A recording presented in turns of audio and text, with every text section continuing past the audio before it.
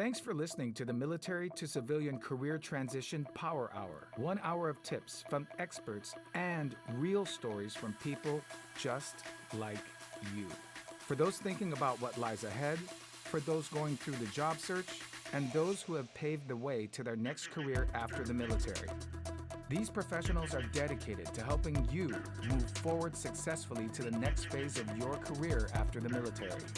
Welcome to Exchange.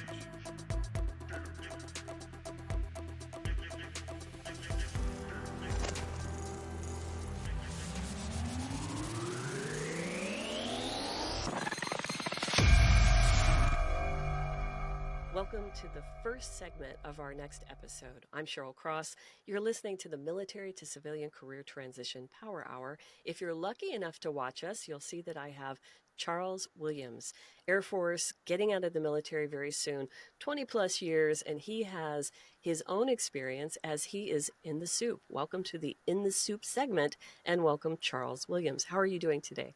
Thank you, Cheryl. I'm glad to be here. It's just another great day in transition land. So absolutely excited to talk with you. I appreciate that. And you and I, we had a chance to chat as a fellow podcaster and somebody who has interviewed people. We were kind of joking about, you don't really realize what a great interviewer or a bad interviewer you are until you start interviewing people. Tell us a little bit about your experience in not only meteorology and weather, but also broadcasting. Tell us. Sure thing. So I didn't know much about military weather before I came in. My first day in tech school, the instructor said, "There's 27 states of the sky." I said, "I'm in the wrong business. It's either cloudy or it's not cloudy."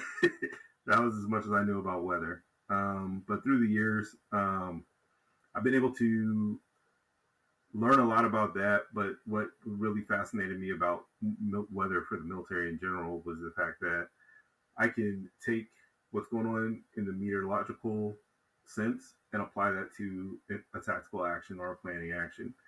And being able to tie those things together, that's what makes the career field really special, because you become part of what's called the intelligence preparation of the battlefield, or IPB. And that basically, what I forecast lets the commanders know you can fly this, or you can drive here, or you can, look for enemies here, or things like that. So that part of it was really special to me. And I got to spend 8 years working with the Army. That's a secret. If anybody's listening to this about to join the Air Force, find a job where you can do joint support, because that's absolutely the most rewarding thing I've done in my career, as far as working in the Air Force. When it comes to podcasting, that was, like you said, you don't really know until you listen to it. One good thing about me is I have a deep voice, so like if you don't necessarily like my content, you can put it on right before your bed and it'll knock you right out. You said that your number one show was a flat Earth conversation. Tell us about that. Right. So initially, I was searching for concepts. I didn't really have a format for my podcast. It was, I'm just going to kind of talk about what I like, which at the time was hip hop music. I would find albums from back in the day that may or may not be popular anymore, and try to shine light on those artists.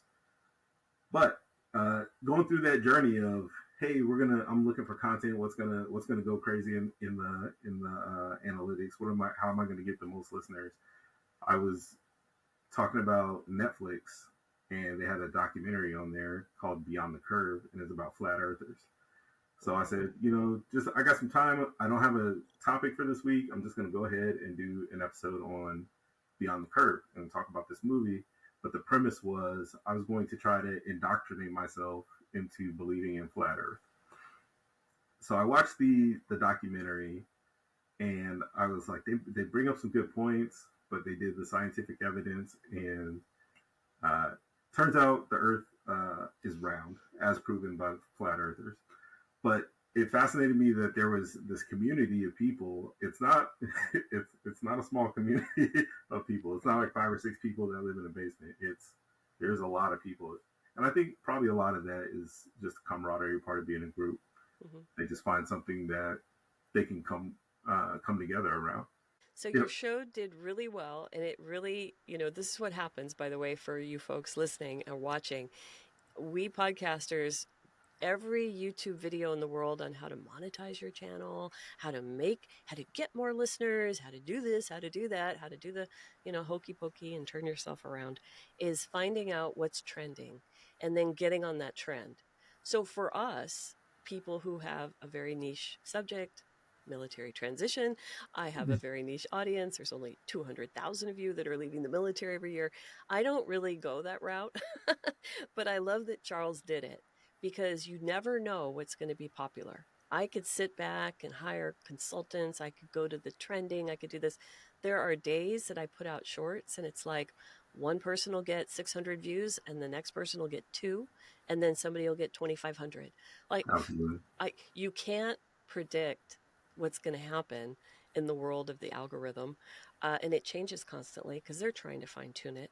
But I love that you did something so unique to challenge yourself. And I think that that is really kind of fun. Now, you said that you created your podcast during COVID.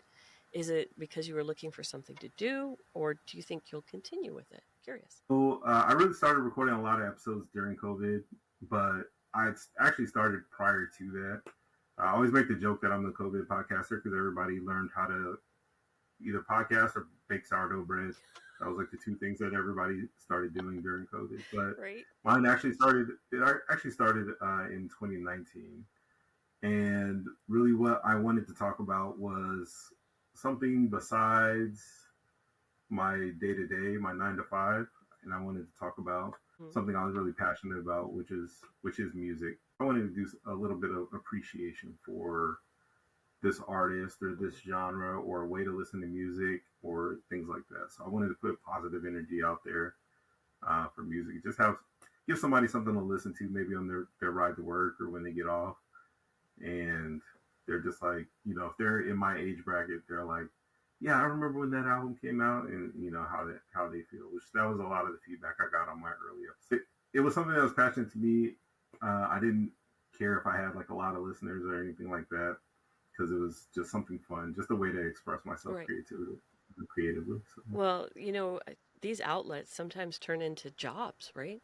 So yeah. the weather folks are very important because life can't happen. We were talking about the Thunderbirds and our our love of the Thunderbirds, and you got to work an air show and to tell the Thunderbirds they couldn't fly because there was potential threats weather-wise. So But I work with a lot of great pilots, a lot of Army aviators. I was connected to the F-22 Raptors down in Tyndall, mhm. and really, like, they'll rib you, but they rib each other, and it really is. They will bring you in and stick up for you sometimes when other people won't. They love to fly. They absolutely love to fly. But they also love being able to land the plane, and that's the part of the job Yeah. that I look at as far as weather. We get to save their lives every single day. So one of the things that I pull on is a pilot taught me the term "in the soup" Mm-hmm. because to be able to fly by instruments, and this is the segment you are in. I call it "in the soup" because I believe you're flying by instruments. So thanks for letting me turn that all around to be about the show. Do you feel during your transition that you are in the soup? So there's definitely a one of the weather terms that we use is visibility, and there's definitely less than 3 miles viz on what's going to happen after I transition. But in even in terms of that, one thing I do know is that there's a great military community out there and a great veteran support community out there. So I don't feel alone. I don't feel like nobody. This is the first time anybody's ever done this. There is a kind of a weird part to that because this is the one thing you can't ask anybody in the military about, right? Like, they're all still in, so they don't have any advice on what to do when you get out. So you have to rely on a lot of new people if you don't know a lot of people that have gotten out, that's really easy to get into, especially if you spent 20 years in the military, all your friends Mm-hmm. are military at, at a certain point. I don't know how you are with making friends after 30, but I'm like, how do I make friends? I don't know. Well, I Um, think you're part of an organization that's trying to help you. Talk about your skillbridge program for a second. Let's give them some love. Absolutely. So, for everybody that's transitioning, I want to pull your coat to Allegiant Vets. They used to be Allegiant Giving. If you look them up in the SkillBridge program, they offer a basically you become part of the community. I'll tell you what you won't see in the SkillBridge website. There it says you take courses, so they have different courses for like healthcare management, project management. I'm in the digital marketing, but there's a lot of different tracks, and basically you go through and you do Coursera classes to get the certification. So at the end of mine, I will have two professional certifications, one from Meta social media, and another one will be a Google UX UI cert. That's a big part of it. However, the real part of it is the organization itself. You're there with I have maybe like 500 people in the Zoom class that I'm in. There's another 500 before that. They're in the IT field, and they're basically all going through the same thing at the same time. Mm-hmm. But it's an incredible network where you can just reach out to people and say, hey, I'm going through this. How can I get what am I missing in my VA application? Can you take a look at my resume? And everybody's going through the same thing. And the people that are the leaders in it, they have set aside time to individually talk to people to help them guide them through transitions. The good thing is that Allegiant Vets also partners with a lot of different organizations so that, like the way that you and I connected, we were talking about Zero Mills. We've also talked to Recruit Military. We've talked to American Corporate Partners. Every Tuesday, you basically have a meeting where you talk to people from different industries. Nice. Today, I spoke to somebody that works at Netflix. So if you are looking for a job, if you don't know what you want to do, and if you don't have a internship lined up, or if you're like, I just need some time to figure out life, I'd highly recommend Allegiant Vets. I like that. Just a great organization. It seems like it. I'm learning about them through a lot of you. And I learned about you through Zero Mills because we were all on a call. So thank Right. you to the Zero Mills folks for making those connections. And that's what this whole community is about, by the way. And I hope you feel that. Um, there's Absolutely. a lot of people outside wanting to show you the bridge to wherever it is you want to go. Talk a little bit about, you had a great acronym for FEAR. What was it? Right. Fear, to me, fear is face everything and recover. Um, I also tell people, when I talk to people, they don't want to do something because they're scared that they're not going to get it right or they're not going to do it perfectly. Um, but I mean, the same letters in loss are in lesson. So you just figure it out. You figure out what you did, what you messed up the first time. You come back and you do it again. You do it better, and then you teach the next person. Hey, I made this mistake, so you don't have to make that mistake. And then hopefully they'll pay it forward, and then at some point it'll be optimized. But really, you're supposed to get those bumps and scrapes because it builds you back tougher. When you I don't necessarily believe in failing unless you fail to learn. If you fail to understand where you went wrong or even look at it and you're just like, I'm going to try the same thing again, or I give up completely, Mm-hmm. that's the only true failure. But if you're like, hey, I tried it didn't go well this time, but I'm going to do it a different way this time, or I'm going to reach out to somebody that's done it before, then you didn't fail. You just hit a speed bump. But minor setback leads to a major comeback. So I'll go into really why I decided to get out in the first place, which just to front end the story is not the same reason. I don't feel the same way now that I am actually getting out, but the decision for me was made 5 years ago. I was at an assignment, and I was in E6 at the time, and um, I was deployed, and my flight chief called me, and she said, hey, we just had our meeting. We've all talked about, who we're going to recommend to the commander to get promoted, and everybody recommended you. This is a story she told me. I believe her. And she called me the next day, which was my birthday, and she said the commander said no. So at that point, I essentially had gone into where is my value, because they don't see it. Because some people have said yes, he should be at the next level, and one person said no, and that was all it took for me to not progress. But at that point, I said if it only takes one person to decide that my value to the organization as a whole is not worthy of a promotion, then I'm not in the right spot. Mm-hmm. I'm in a place where I can be held back, even if I do everything that I'm supposed to do. Mm-hmm. So that's where I was like, I'm done. But I wasn't at 20 yet, so I was like, I'm just gonna get out. The good thing about it though was that I did work with a lot of young airmen, and it kept the crust off me, and I didn't become the guy that's just like, oh, I hate the Air Force and I'm gonna like badmouth it and everything like that. Yeah. So I came to Scott, and I've had 3 commanders since I've been here. My first sentence to each of them was, I'm getting out at 20. I'm not staying in.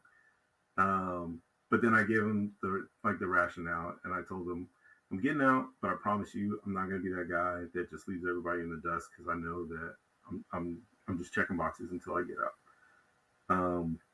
My last commander, he told me, he's like, hey, I respect your decision. I'm not gonna like try to keep you in or anything like that. But along with that, I'm not going to treat you any different just in case you decide like that you're going to stay in. With that being said, he didn't hold back any opportunities because he knew I was getting out. He still put me in a place to succeed. And that really just kind of made me feel like, the Air Force is, it is personality dependent, but when you work with the best people, like, it really is the best experience. Didn't change my mind though. I was still like, I understand. I had a string of good luck with the people that I worked with. Mm-hmm. That being said, I don't have the heart to go through like disappointment like that anymore. So it was an easy decision for me to make because I had made it 5 years prior. Yeah. And I was like, I'm sticking to my guns. I want to find something better to do or find something different to do. Mm-hmm. I didn't tell you this, but I'm a military brat. So I've grown up around the military my whole life. Were you Air Force? I was an Army brat. That's why I joined the Air Force. Okay. But yeah, I've just, for the whole time that I've been alive, like the military has been a significant part of my life, and I'm ready to. I feel like I can't be truly who I am outside of the military if I'm still connected to it. So it's time to see, what that next version of myself is. What are you planning? What are you thinking? What are you hoping for? So at this point, really the plan is to support my family. Mm-hmm. So looking at all the normal jobs except for weather.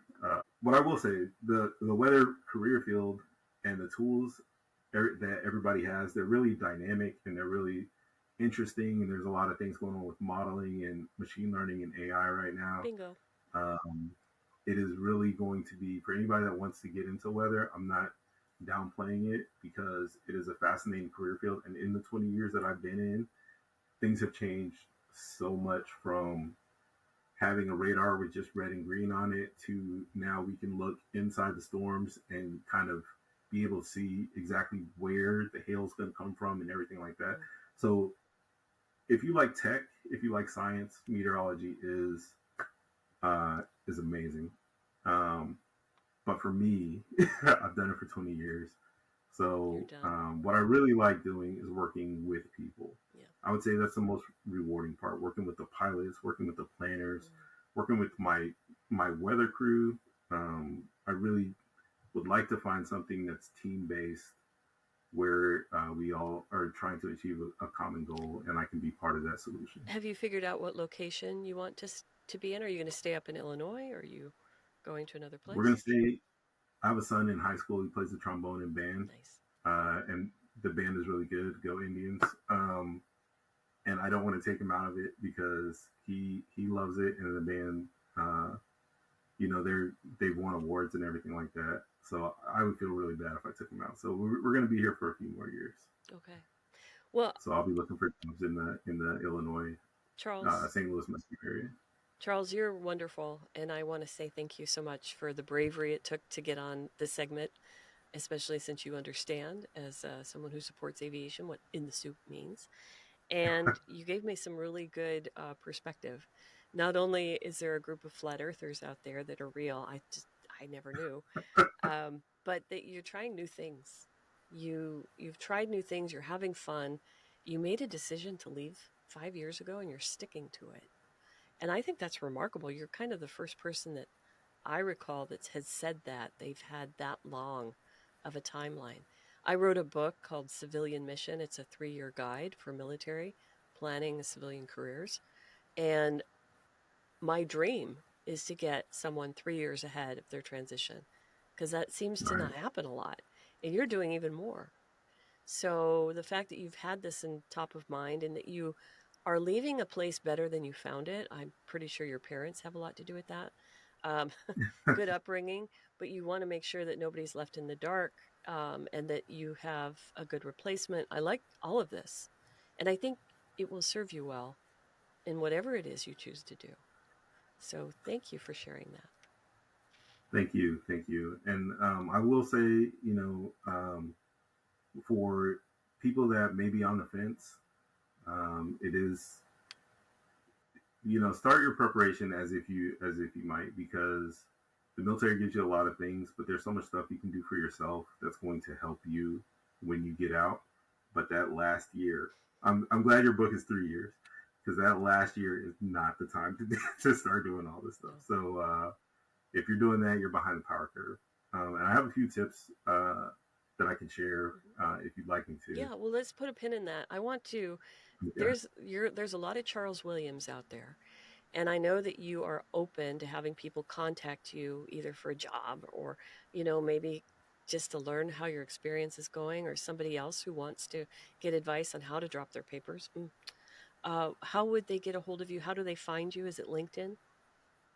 sure thing. Probably the best way to find me is on LinkedIn, Charles Williams, but there's a million of us. So mine is CL Williams Works. If you look that up Okay, on LinkedIn for the users, perfect. and then hopefully you can post the link along with this episode. All right.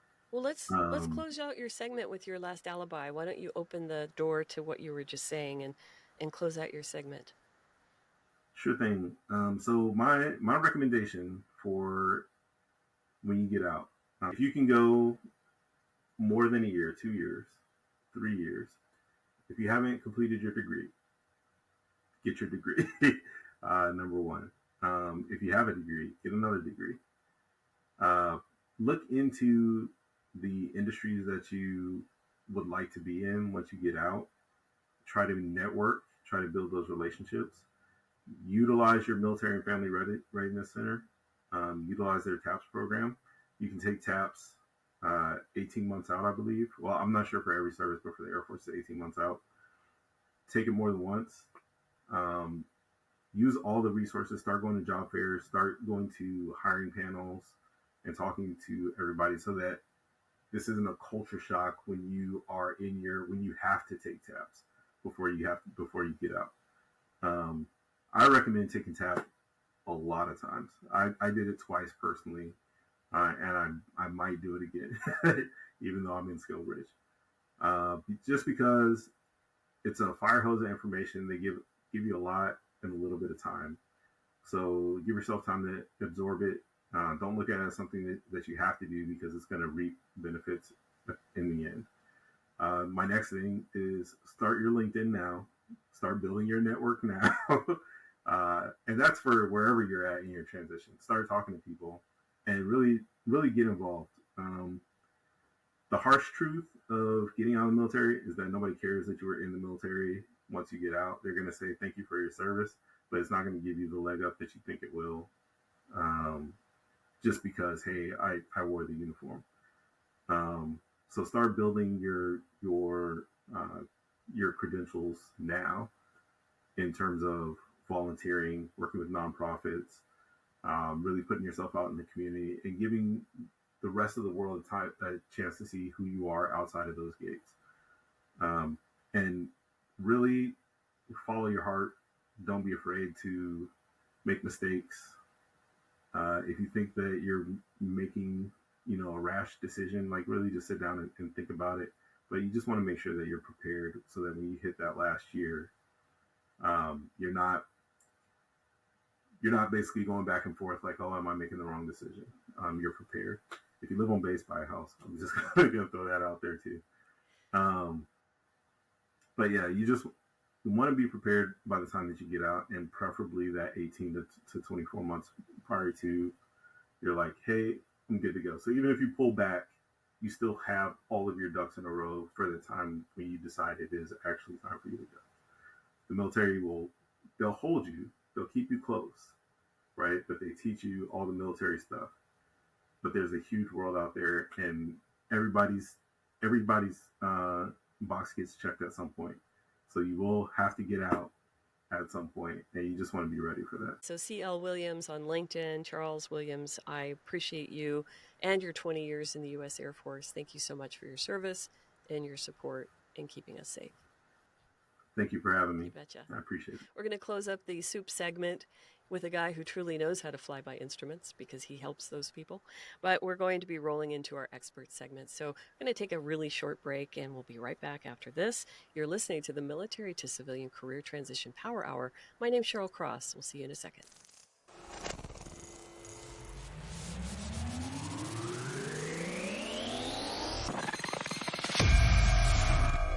Welcome back to the show.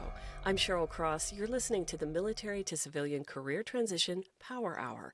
Our second segment of every episode is somebody who comes to us as an expert, meaning they're giving back to the community to help people get jobs. And this guy has it all. He is a Navy veteran. He actually is working for the same company that helped place him in his first job out of the military. I want him to really go into the details of what the company does. I'm a huge fan. It's called Orion Talent. Not only are they working with people like you, candidates, to get jobs, but they're working on things that I do as well, which is helping companies understand this hidden workforce and understanding the value that military-affiliated talent bring to the table. So let me just be quiet for a second and introduce him so he can talk.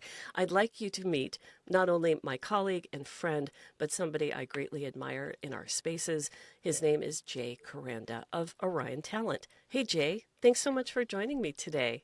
Hey, Cheryl, how you doing? Thank you for having me. Tell us a little bit about your journey from the Navy, your first job, and then why you got into recruiting and why it's so important to you. I'm originally from Florida. I decided to join the Navy pretty much right out of high school, and like a lot of people that decide to join the service, not sure what direction they want to go. On a whim, I literally just decided to join the Navy out of nowhere. Within 2 weeks, I was shipped off to boot camp.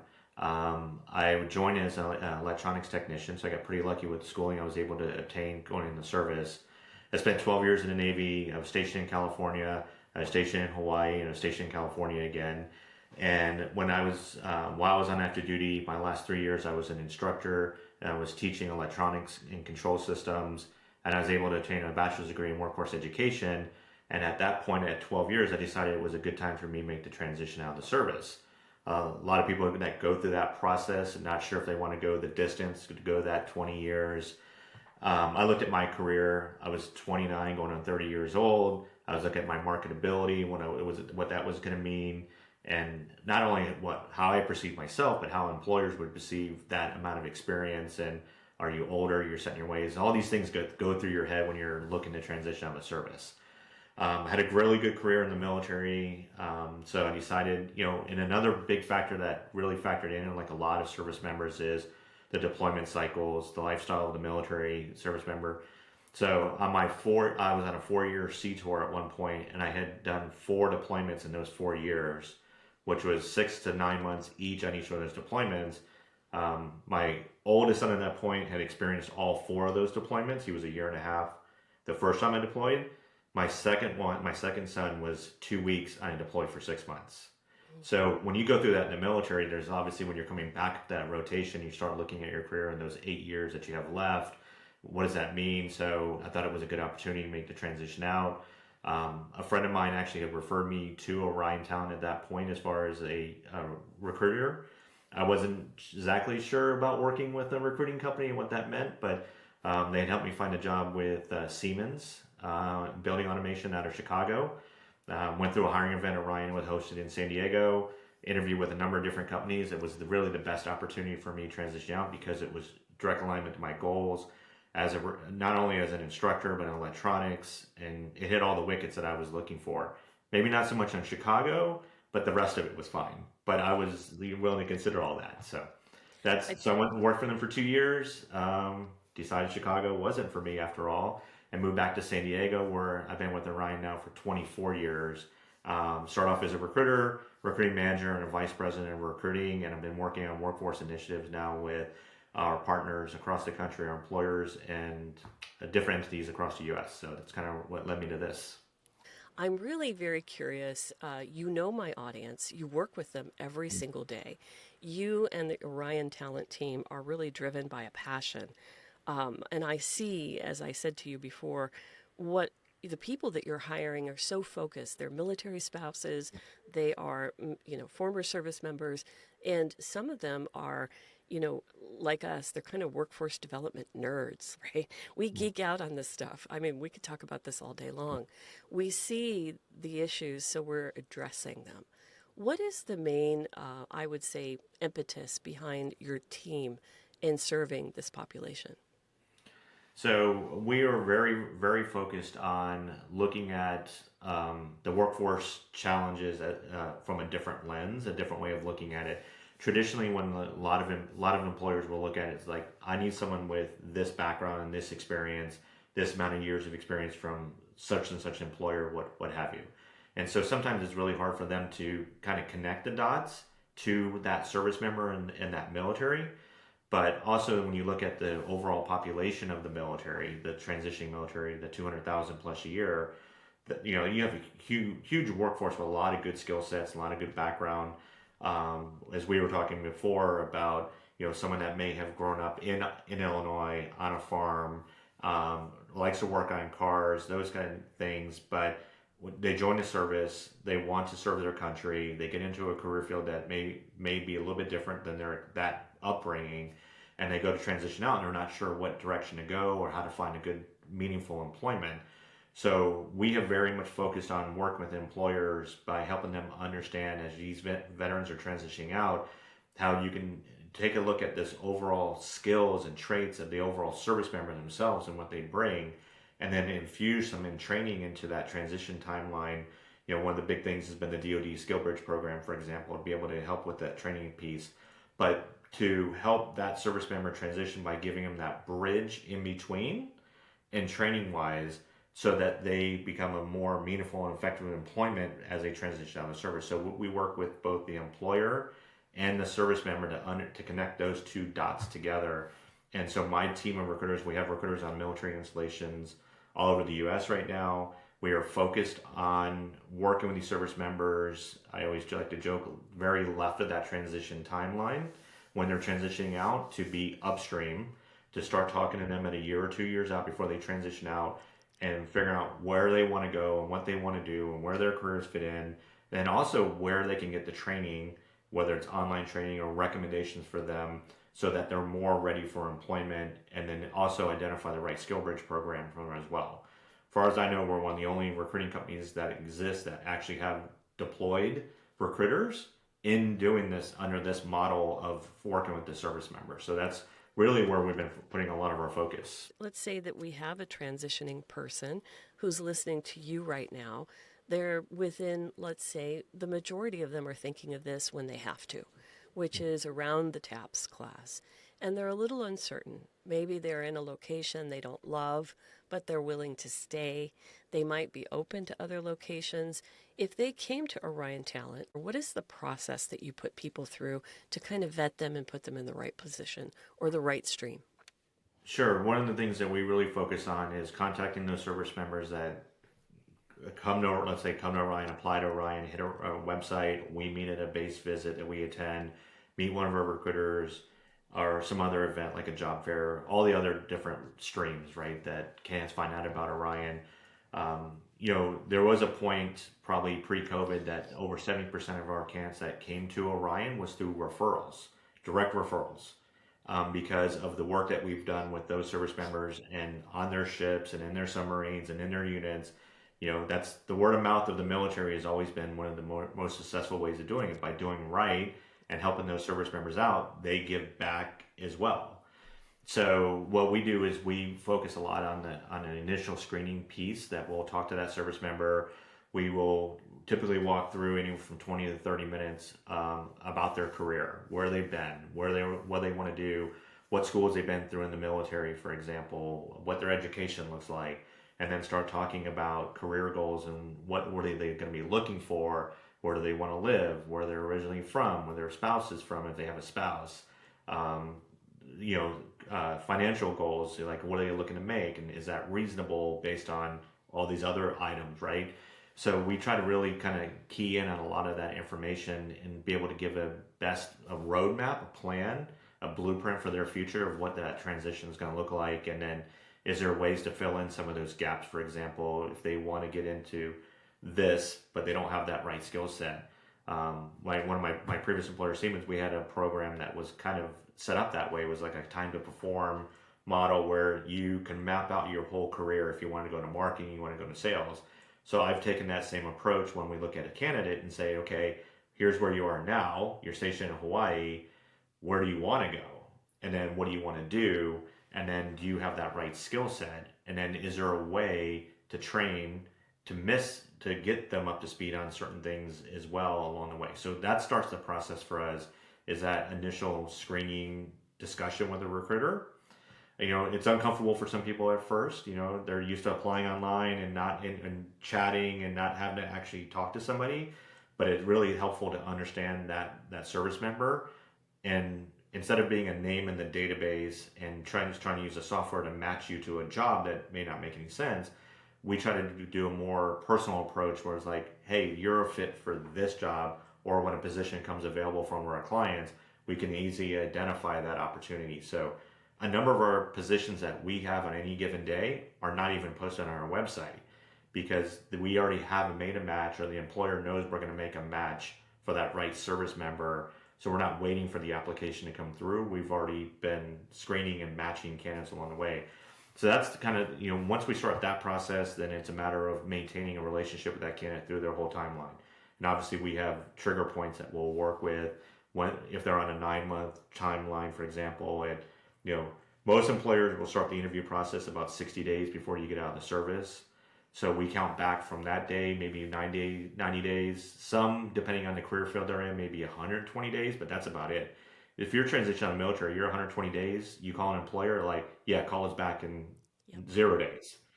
And then, so we have to educate the employers on the flip side of that. Like, if you want top military talent, you have to look at this differently. So we will backtrack our dates and start maintaining that relationship, working on their resume. We do interview preparation with them, both on the general core skills, but if you come out of a technical field, say electronics, for example, we do refresher training with those service members on electronics, the basic stuff that everyone tends to forget, the Ohm's law and all these other things that they go through that really make a difference to the employer. So we put a process in place for that service member. And I think process is the key here. So, I've seen all the frustration across the board. So I came into this as a corporate recruiter who saw people coming to me like deers in the headlights, literally going, "What do you got?" And it was absolutely shuddered because you don't walk into a corporate Fortune 500 and go, give me anything just to get a job, especially when you've had such a beautiful, calculated-ish career in the military.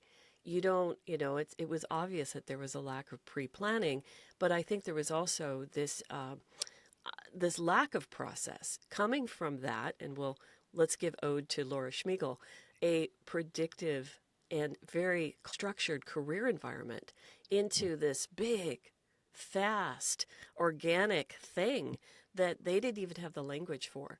So this is why I do a podcast. This is why I wrote a book. This is why Jay Coranda is on my speed dial, because, both on the employer side and your side, for the folks that are listening, if you're thinking about transition, if you are planning it, again, you don't start hitting the apply button 3 years out, but you got to start really crafting what it is you want to do and plan for that. You might not know the location. You might PCS to a place that you and your family or you love, but you don't know that, right? So flexibility. So dumping people into a process, Jay, I think is probably one of the keys when I learned about Orion Talent from the business side, how valuable that is. And what we call that, folks, is pipelines. What Orion Talent builds in the recruiting world are pipelines of talent. So you and 400 other people are going into HVAC. You and 20 other people are going into this highly skilled technical thing that a company may need. So they are sort of processing you in a way with the right training and the timelines and that. Now, timing is everything in the military. I created a frame for LinkedIn because what frustrated me so much is that people were reaching out to me at the wrong time. You Right. mentioned this, and what I think about your process, it is so essential for you to be on the right track and have these mentors and whoever it is. It might not be Orion Talent. It might be any of the veteran service organizations or 1,000 of the nonprofits that are helping people transition into careers. But I tell you, you've got to have a plan, because if you don't, that phone call that you have with the recruiter who finds out that you're more than 90 days is going to be really fast. If you Right. get them on the phone, it's kind of like, I want to say to people, you've got one shot. Shoot well. We actually focus. We want to be further up. We want to be upstream of that timeline. Now, do we work with service members that are in that 90-day window, 60-day window, 10-day window, or got out 30 days ago and don't know what they're going to do? Of course, you run into a lot of that as well, and we put them on that same kind of process as well. But the earlier they start thinking about that transition, not that we're here to pull someone out of the service, but we're here to help educate them and what's the right decision for what they want in their career as well. But also, it also takes someone to be able to give them the right advice. I'll give you a story, an example we had a candidate here recently that went through one of our hiring events in San Diego. E4, 4 years, really good technical background, really wanted to be in sales. He had turned down 3 job offers in a row. It was amazing. He turned down 3 job offers in a row, all of them because he was looking to make an X amount of dollar figure base rate wise.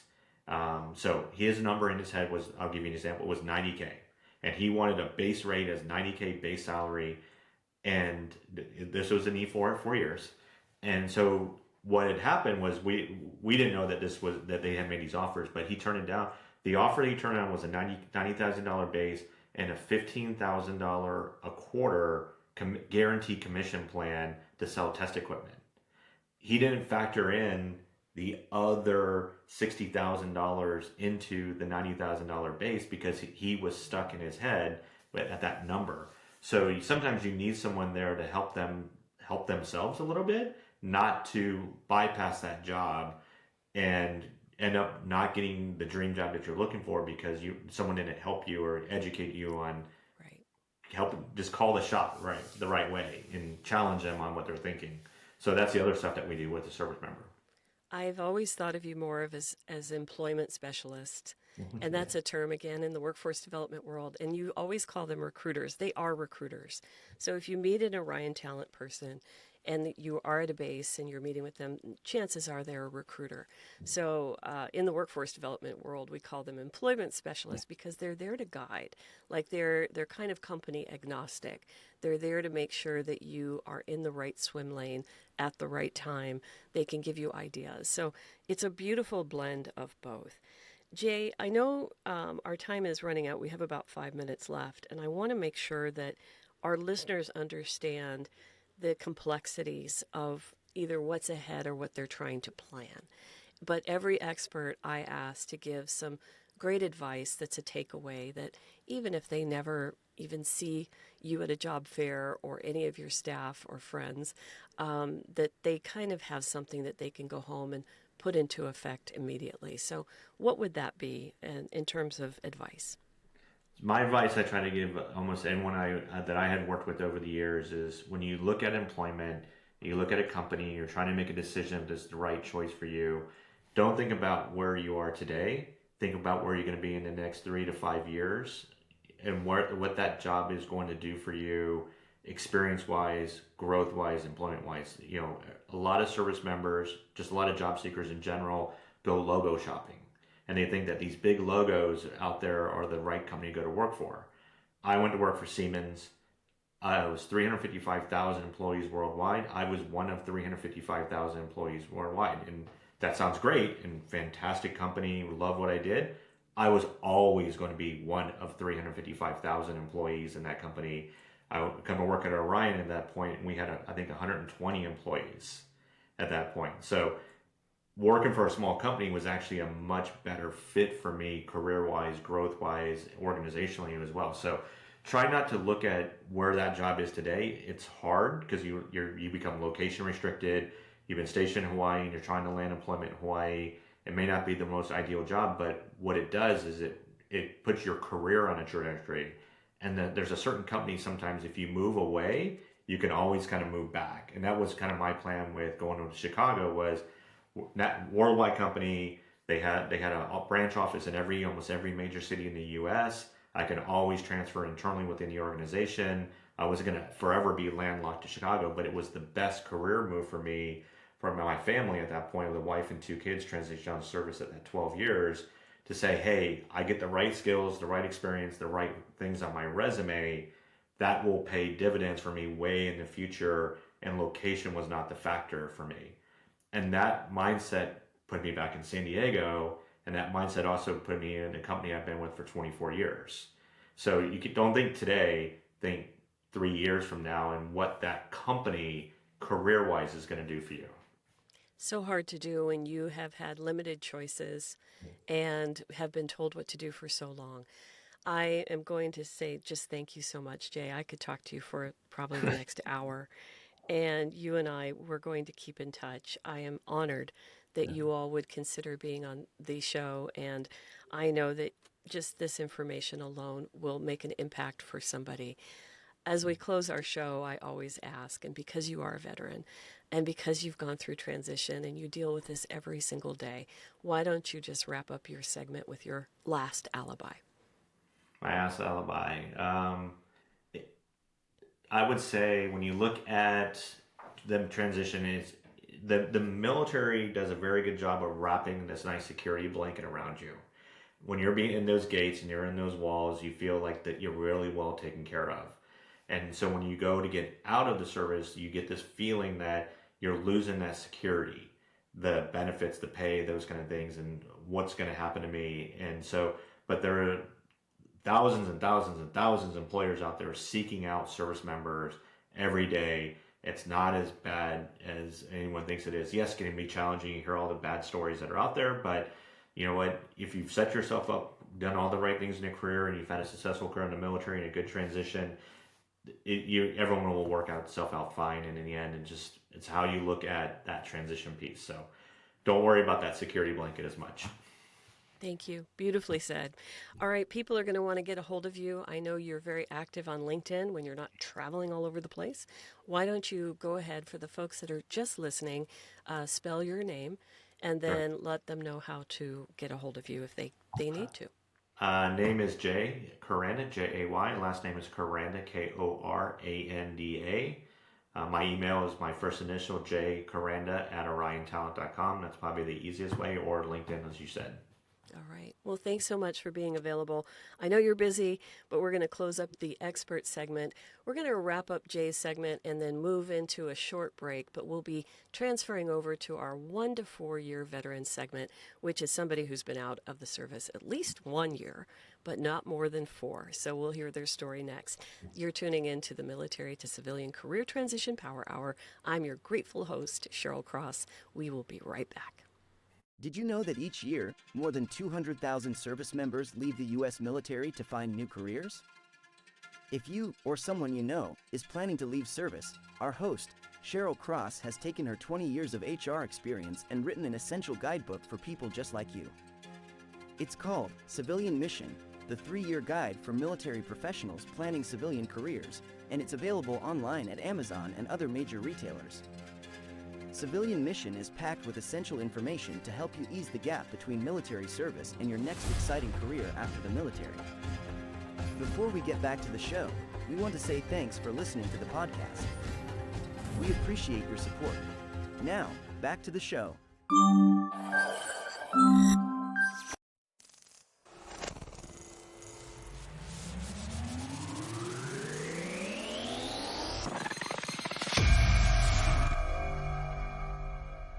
Welcome back to the show. My name is Cheryl Cross. I am your host of the Military to Civilian Career Transition Power Hour, and I am pleased to bring you our third segment of this episode. Somebody who is within their first year, but not more than 4 years into their new job after the military. I'd like you to meet John, or Jonathan, Liu. Hi, John. How are you doing today? I am so well. Thank you for having me, Cheryl. We've been working on his lighting, and I told him I didn't want to kill that beautiful view that he has. He's sitting in the great state of Ohio, missing the storms. This is filmed during a time where there's been a lot of disastrous storms there in the Midwest. So I'm glad you're safe, but I'm really eager to talk to you about your transition. And since you're so new to it, just a few weeks into your first job, what is it that you can share with our audience that was either unique for you or not so unique for you? I'm going to give you the floor. Sure. So, first, thank you for having me. And I think that the most unique thing about my experience is that I kind of just fell into my position and didn't really have to do that profuse search that everybody's always talking about. I was headhunted directly into it. And for that, I'm grateful. And I think a lot of the reason why that occurred was because I had set myself up for success throughout my military career. As you know, the Department of Defense and the respective services and military branches have numerous different programs, internships, and different opportunities for people to transition into the civilian sector. And I actually didn't take advantage of any of them Oh, at wow. all. Okay. And that was very deliberate. Not that I thought that I was better than them or anything, but because I had taken such a unique approach to setting myself up for success, knowing that I was going to transition one day. So you said you were headhunted, and I just want to pause here because as a corporate recruiter, I want you to know that headhunting is also recruiting. Headhunters tend to be fee-based or contingent on the placement of somebody. I don't know if that was your case, or if you're just calling a recruiter a headhunter, that's fine too. But to be headhunted, you have to put yourself out there so you can be found. And how did you do that? Was it through your LinkedIn profile? Was it through networking? Was it direct contact with the headhunter or the recruiter? How did you do that? Sure. So I knew all along that all roads were going to lead me right back home to Dayton, Ohio, which is the hometown that I enlisted into the Army out of about 20 years ago. And because I knew that I was going to be back in Dayton, Ohio, several years before I transitioned out of the military, I made a deliberate effort to start establishing my network within the Dayton metropolitan area.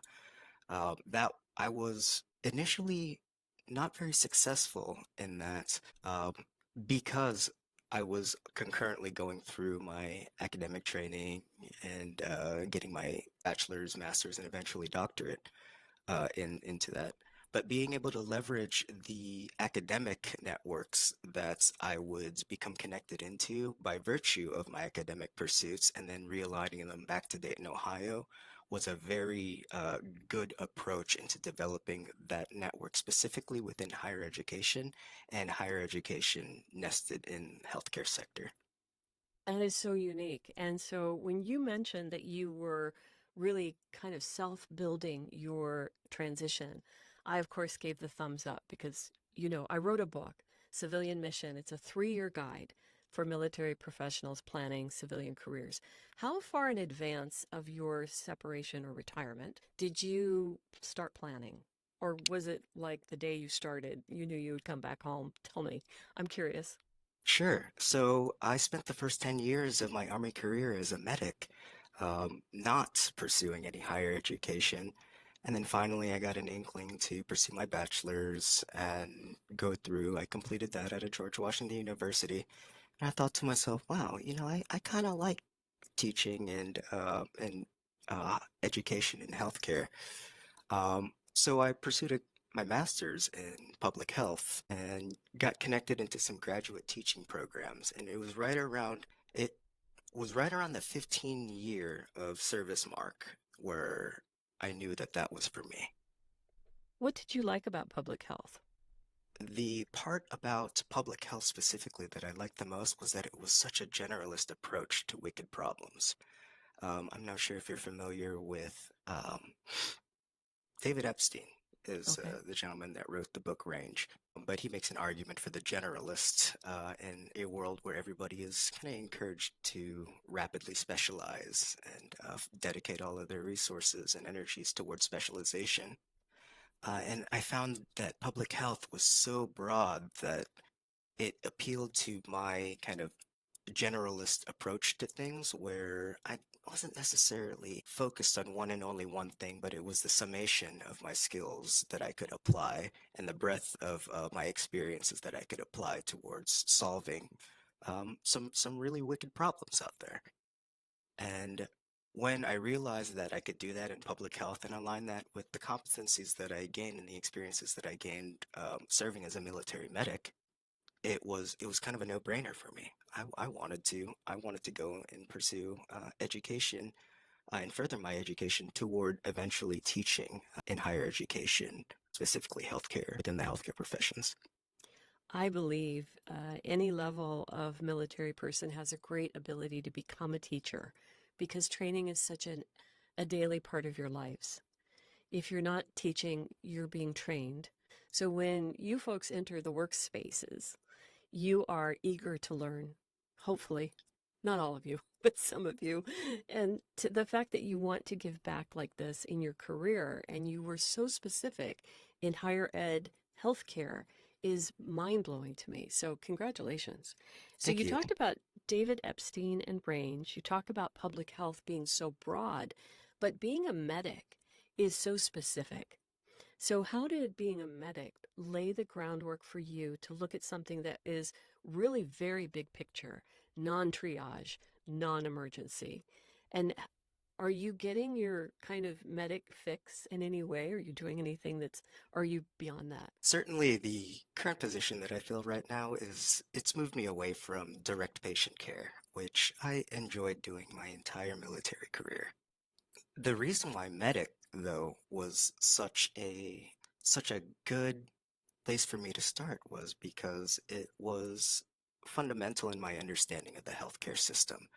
It is kind of the entry level for somebody without, let's say, a full bachelor's degree, could experience the healthcare sector, much like somebody that had attended a technical college or a technical certification to achieve an entry level career or position within a healthcare organization. And that fundamental look of being able to look at the organization from the very bottom and looking up got me really curious about, well, what else can I do? What else can I accomplish? within the constraints of me being a medic. And certainly within the military, we enjoy a little broader scope of practice. But at the end of the day, a medic is a medic, and you're constrained to being kind of what I would describe as a very, very good evidence-based witch doctor, where you're practicing healthcare, but you're doing it unlicensed and under the license and purview of somebody else, a grown adult, a licensed healthcare professional, if you would. So I had to be very creative and deliberate in the way that I pursued certification and pursued my academic education so as to be able to navigate that specific gap. I still am to this day an unlicensed healthcare professional, but I find myself in my current role right now advising students how to best navigate the health professions undergraduate world to be able to become a licensed professional. And it's that understanding of the systems and how licensing and credentialing goes and how the healthcare organization operates that I tie directly back to my experience as a medic, being able to look back and be like, well, I don't really know much of anything except for how to be a medic, but staying Hmm. curious enough to be able to explore those domains with the understanding that perhaps maybe I won't be directly practicing those domains, but it would help me in the Hmm. future to be able to understand how they work. It certainly gives you a purview that other people may not have if they only chose the academic route. What was your process as you got out of the military? Were you were you going to school? Were you finishing your bachelor's? Did you do your master's before you left? Give us the trajectory on that. My first 10 years of military service, I did not pursue any kind of higher education whatsoever. Mm. And then ultimately, what ended up happening was I realized that the my promotability, and my career in the military would be adversely affected if I didn't pursue some sort of higher education. So I started my bachelor's at about year 10 of Hmm. military service, finished it about year 13, and was curious enough during my bachelor's where I rolled it directly into a Master of Public Health. And that's Got where it. I caught the bug with higher education. Got it. So you were Mhm. enlisted the entire time. You were actively serving while getting all these degrees. And are That's you correct. you're headed towards a PhD? Is that what you were saying?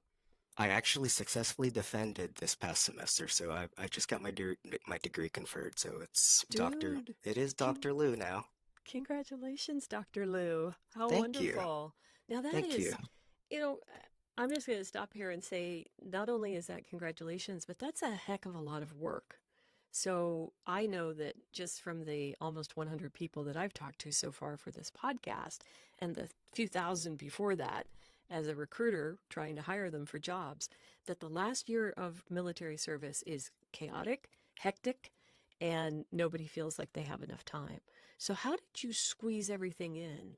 I mean, are you just the most disciplined person I've ever had on the show, or did you kind of mess up? And do you wish you could have done different things? And certainly, if you did mess up, please talk about it.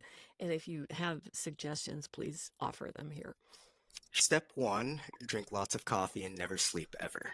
Because I certainly made a mistake in my timing and scheduling of planning to finish and defend my dissertation at exactly the same time that I was transitioning out of the military service. That was a horrible, horrible mistake. I don't recommend that route for anybody. Unfortunately, I started my program in 2020, and we all know what happened in 2020 and 2021. So it kind of set my schedule a little bit wonky. And I stuck with it, and that's just how the timing kind of worked out. In hindsight, yeah, not so ideal, but did I make it through on the other end? Yeah, I sure did. I Mhm. certainly have my family and my wife to thank for for Yes. affording me the latitude to be able to pursue those different obligations, and I have to pay a lot of that debt back on the back end to make sure that I'm making up for that time lost. Get into more detail on how your family supported you. I hear this over and over, John. Don't do this alone. But yet, so many try and do it alone. Families support you. Get into more details on that. So, my wife is perhaps the most disciplined person that I've ever met in my entire life when it comes to when she sets her mind to a goal, she is going to do it. I keep on joking with her all the time that, you should probably set your mind to cure cancer because you would do it in your lifetime. To which she would retort, well, I'm dedicated towards this particular cause. And her cause was actually nursing. Mm. She and I started our doctoral programs at exactly the same time. And Cool. in that time frame too, we welcomed two new daughters into our family as well. So she spent the majority of her time pregnant and raising children, brand new babies, while she was pursuing her doctorate. Drawing from her inspiration, if she can do it and go through all of that, then I certainly can drink a couple more coffees and get through a sleepless night or two. And also, it really helped to just have somebody, especially my wife, that understood the demands of a doctoral program side by side with me.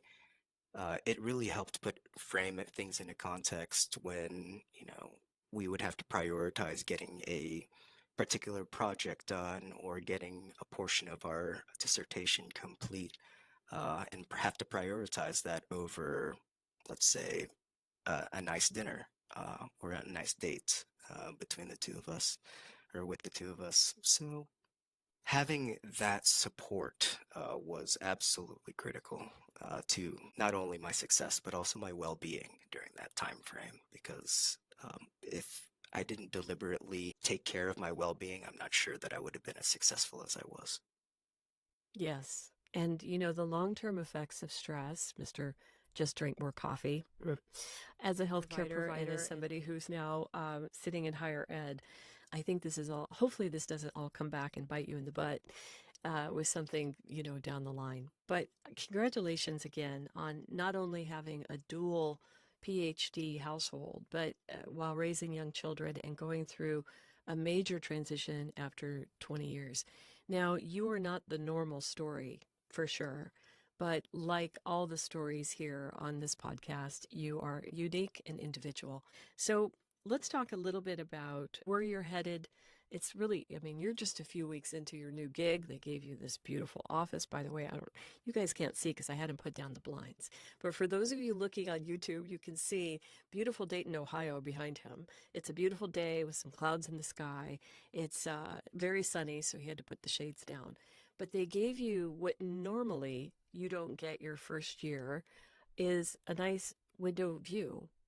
You're not sitting in a skiff. You're not in the field bandaging people. Your environment is very different. How are you coping with that? I know it's new, so it's very exciting. But how have you had to sort of mentally prepare for this shift? Oh, thank you. Because that really has been a dialogue between myself and my and uh, and where I am and where I think I need to be. Thing that I've been doing is really just giving myself permission and saying that I am kind of deserving of the corner office with the nice, beautiful view that overlooks the campus. I think a lot of times it's really easy for service members when they're transitioning, especially me. My very first reaction to it was, "Wow, I don't deserve that," or "I don't need that," and I think that's selling ourselves short because if we get into the mindset of, oh, we don't deserve that or we don't need that, we're not acknowledging that when we were in the military service, we were working at a baseline level of comfort that is far, far below that of what is the normal standard in civilian sector. And that's why they call it the military service. Um, once I granted myself permission to experience what is the norm in civilian sector, then things became a little bit easier. I started feeling less guilty about about having a nice office and having, three screens to do my work on that are the nice the I'll tell you what's really difficult for me to get used to is I have an admin support technician who does all of the things that I was expected to do myself Oh, wow. in the military service. She does it as just dutifully, and I had to take a step back and be like, well, I can do that. And she's like, Hmm. no, no, no, no, it's my job, seriously. And it's things that are nice to have. They're comforts that are nice to have, but I think that this first step to all of it is again giving yourself permission to experience that and to allow these niceties to occur because you do deserve it after your military service. You do. You do. Another PhD, Dr. Matt Stanley, Duke Fuqua School of Business, the Veterans Transition Research Lab in North Carolina. He was a guest on the show, and he was the first one that opened my mind up to companies treating people. It's called heroization. So if they are looked at as heroes, they're treated differently. They're put in more dangerous jobs. They're usually paid less. So, and there's many, many companies and many nonprofits that are battling against this. This isn't just Duke. So I want to commend you for owning what you are supposed to have in order to be successful. Because there are many people, maybe a few people who are listening, who are willing to sacrifice a lot just to get a job. And that, in the long run, folks, does not serve you. It's hard to know if you're doing it because maybe you're just used to doing it because of your military culture or training. And I'm painting with a very broad brushstroke. I'm so sorry if I'm offending any of you. Not all of you are going to have this experience, but several of you are. And for those of us sitting on the workforce development side or the HR side or the helping professions, we see it. And I want to really take my hat off to John because that is a biggie. Giving yourself permission to accept the things that you deserve. You may not have had them in the military, but if a company is willing to give them to you, say thank you. Absolutely, I couldn't have said it any better, Cheryl. And also, if you feel that you are being underserved, we need an underserved hotline. Reach to your mentors, reach to me, reach to anybody in the advocacy space that sits in an HR. We never, ever want you to feel that you are not just undervalued, but if you are in a dangerous work environment, please reach out to somebody. Speaking of which, Mister, I've done this professional, perfect. I don't want to say you've had the perfect transition, but it sounds pretty perfect on paper. How are you giving back to the community? Are you accepting? I mean, do you have time to accept anybody who's interested in maybe public health or healthcare or somebody who's going through a transition? Are you looking to mentor? Are you involved with any of the nonprofits? Give us some feedback. Well, actually, within my professional function in higher education, I do work for a state university. Within that capacity, I network a lot with nonprofits and community stakeholders, looking for ways to place undergraduate students in realistic scenarios or realistic settings that serve their future goals. So be that an externship or an internship, or maybe even just a preceptored experience or on the job supervision in a local healthcare setting. Um, I think it's very important.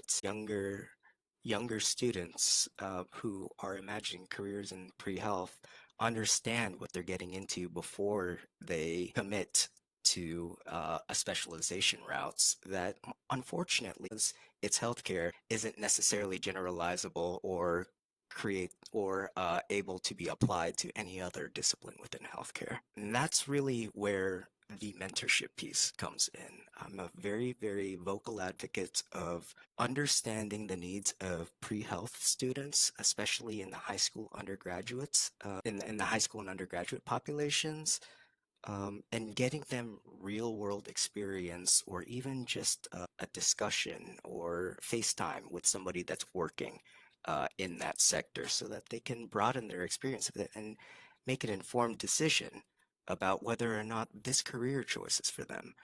And I'd like to do that ideally before they commit hundreds of credit hours and Right. thousands of dollars Hmm. toward something that's perhaps they don't necessarily have their heart invested into.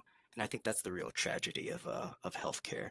So to circle back on the mentorship, that's something that I have taken a very, very strong stance towards, and I continue still to offer mentorship services. Military service members within the healthcare field. In the Army, it's the Career Management Field 68. I have a very special place in my heart for enlisted military medics, and I say enlisted military medics to include the broad range of allied health professionals and technicians that those encompass too. So I haven't forgotten about all of my other 68s out there. But if there, if you're curious about the health professions and wanted to truly explore the health professions, I do maintain pretty uh, a pretty significant network of individuals that are willing to sit down, talk with you, and give you the God honest truth about these professions. And perhaps that is just a little bit more towards making an informed decision on where you want to be once you do transition out of the military service. You talked about some of the challenges of somebody being enlisted and going through education because the benefits were different. I'm not aware of that, so can you educate me? So the primary benefit that an active duty service member would use is military tuition assistance. That's managed by the individual services. The Army specifically says that enlisted service members will not pursue anything beyond a master's degree. So they're not going to pay for anything past that point. Additionally, they're not going to pay for anything that is of equal level to the highest degree that you've achieved. So if you already have a bachelor's in a particular discipline, they're not going to allow you to utilize tuition assistance towards another bachelor's in Mm. perhaps another discipline that aligns you to a career in healthcare. So that is a challenge that many of our service members do have to navigate, but help is out there. And there are resources out there. There are scholarships out there that are specifically tailored uh, to help service members in that particular position. And I've been very successful in navigating that terrain to be able to maximize the opportunities that were available to me towards pursuing um, a career goal or an academic degree, Mm. towards pursuing an academic degree or several while I was on active duty. I will say this as kind of just one of my monikers for the enlisted service member that's out there, perhaps listening right now, saying that they wish they had a command that was supportive of their education. If you do not have a command that is supportive of your education, I will just suggest this for you. You will leave the military one day and they will replace you as soon as as you leave them. So it is on you to take control of your future and continue to build towards that future. It is not impossible to do that whatsoever. Um, if you do find yourself to where you are not being able to utilize the resources that are available to you because of a culture of not being supported, your education counselors on your bases are a very, very important resource, as well as one thing that I learned, the chaplain. The chaplain actually was an invaluable resource to me in connecting me to different organizations that allowed me to help, that gave me, a fighting chance to navigate the route that I took towards success.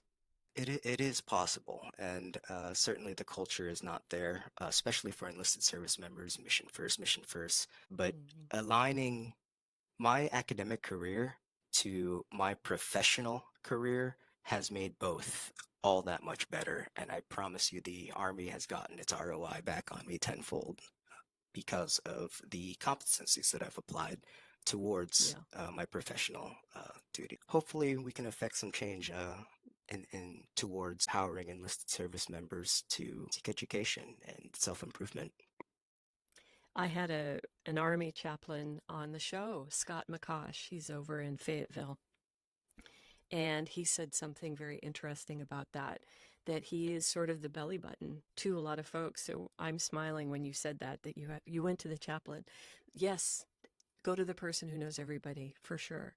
And Yeah, maybe they can definitely. help you pray if that doesn't work for sure.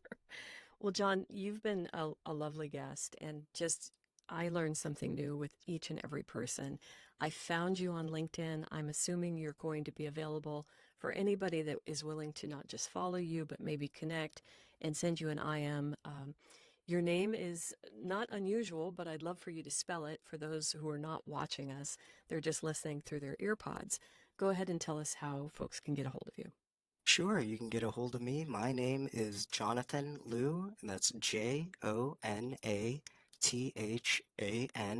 Last name Liu, Lu. Dr. Lou, right? Dr. Liu. I love that. How many of your family members are driving you crazy with that? I'm curious. My mom has once and told everybody to start referring to me as Dr. Liu, and it's one of those indulgences that I'm not really quite used to yet. Oh, well, if I being a mom, I do the same thing. I totally understand. And when you become an older parent, you will do the same thing. Just FYI. Well, thank you so much, John, Dr. Lou. You've been a great breath of fresh air. I'm so glad that you have not only prepared for, but are realizing the hard work that you've put into your first year outside of the military, even though it's just been a few weeks as of this recording. I wish you nothing but the best. Thanks so much for being on the show. Thank you so much, Cheryl. This is the Military to Civilian Career Transition Power Hour. That is somebody who's been out of the military within the first year, but no more than 4. We're going to roll into another segment of somebody who's been out of the military at least 5 years. Stay tuned. If you or someone you know would like to be featured on the Military to Civilian Career Transition Power Hour podcast, write to us at the letter X, changepodcast.com. That's xchangepodcast.com. Thank you again for your support. Now, let's get back to the show.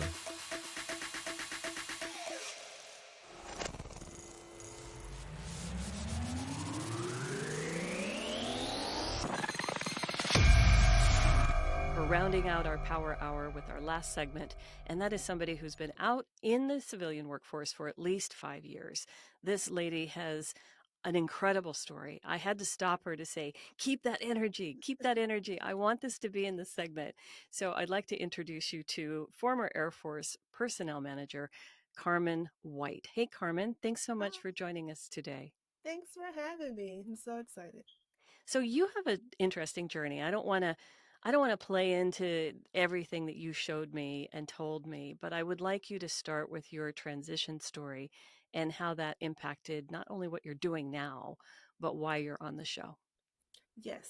Well, I had a very ideal and then not so ideal story. I planned my transition. My husband and I decided that I would get out because I got pregnant with my son, our son, and we decided that I would get out, be a stay-at-home mom, take care of him until he reached a certain age, and then pursue my careers that I wanted. I wanted to go to law school and become an attorney. So when I got out of the Air Force or when I was transitioning, I really didn't take advantage of any of the resources because I had tunnel vision. I was like, I'm going to be a mom. I don't care about any of that stuff. And I overestimated how hard the process would be because I was like, I have a master's degree. How hard can it be for me to find employment? So I was really focused on the next step, and that was motherhood. And I even had someone say to me, hey, Carmen, I would love for you to come work with us. When you decide to work again, she was like, keep in touch with me, make sure I know what's going on with you. And I still didn't get it. I didn't get keep your network, Mm-hmm. stay in contact with your business, with your industry. I was just so focused on being a mom and I lost all that.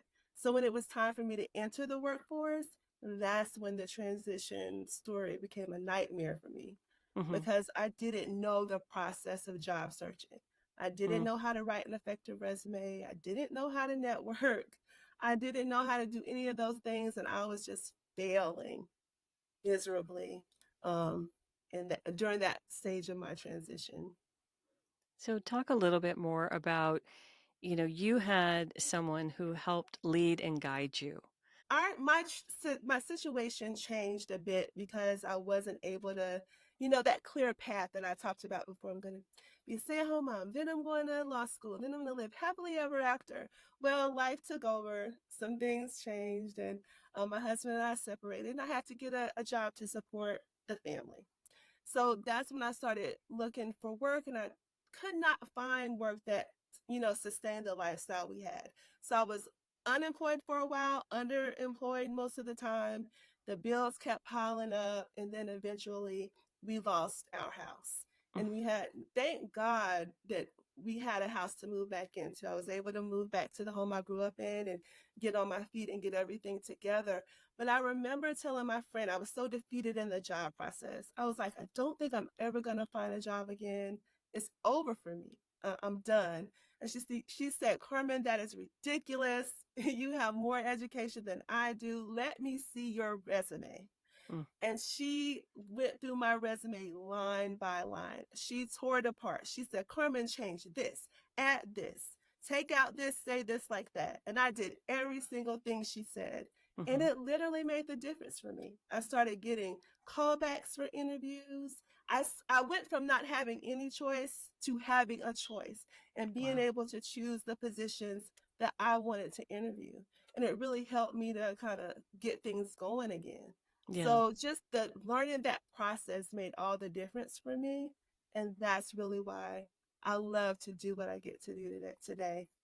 Now you're working with a leading veteran service organization and you also have your own consulting practice. What are you doing for folks? And, when we met, you said, I just love doing what I do. What is it that you love about this? Well, I love that I have the opportunity to help people like me, but not to get to the situation where my son and I were at the lowest point. So I remember, I'm going to fast forward a little bit. I rented out this Airbnb when we lost our home. And I was sitting there. Well, that's the second time, but I was sitting there, and my son, we had just put all of our stuff in the car, and he was so excited. He was like, Mom, where are we going next? And I remember, and he was in the back seat, and I remember being in the front seat, and I was just holding myself because I didn't want to bawl in front of him. And I knew that we didn't have anywhere to go. And I feel really bad for saying this, and I'm going to tell you, but we were staying at an Airbnb. Mm-hmm. And we came to the end of the stay, but it was extended because there was a natural disaster at the time. And when I was talking to the owner and I told her about our situation, she was like, yes, well, stay as long as you need to because the next people that are coming, they canceled their appointment. So you have a few more days and, and everything is okay. And I just remember thinking, I hope nobody gets hurt, but I hope this lasts a little bit longer so we'll have somewhere to stay. That's how bad it was. Mm. That's how bad it had gotten for me and my son. Thank God we didn't have to stay in that situation too long, but I do what I do every day and I love to do it so no one else has to be at that point. So let's say someone is quite afraid that they're heading in that direction. What can you do for them, not only as an advocate, but what are some of the resources available?